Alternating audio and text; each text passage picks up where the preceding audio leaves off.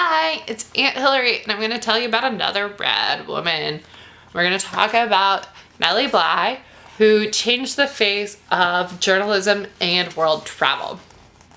Nellie Bly's real name was Elizabeth Cochran, but as a famous writer and adventurer, she was known as Nellie. No matter what she was called, one thing was for sure: she was a rebel who knew how to write. Nellie was born in 1864 after her father died. She had to work to help support her family. She loved to write and always read the Pittsburgh Dispatch newspaper. The most popular column was written by a man who called himself the Quiet Observer, or QO. He said that women who worked outside the home were a monstrosity.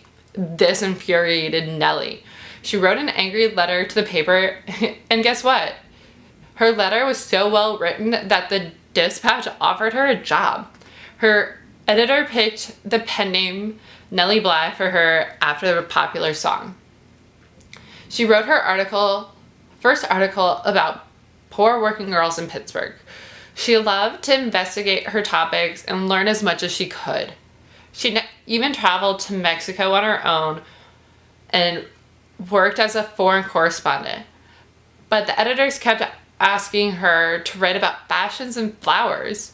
Fed up, Nellie left them a note and headed to New York City. The note said, "Dear QO, I'm off to New York. Look out for me, Bly." Nellie was only 23 when a famous New York editor asked her to write about a mental institution. She didn't just write about it.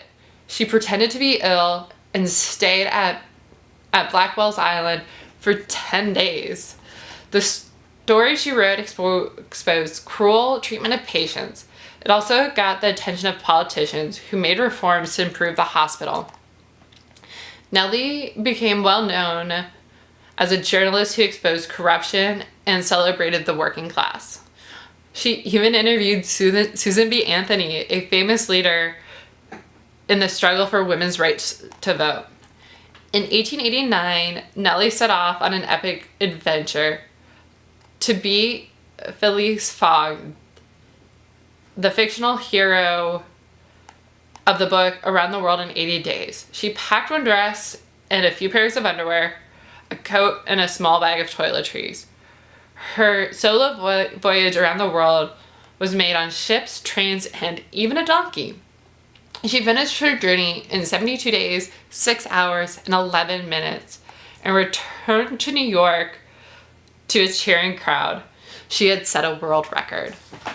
Remember, try new things, go after what you want, stand up, speak out, be who you want. I love you, and I miss you, and I can't wait to see you soon. Bye.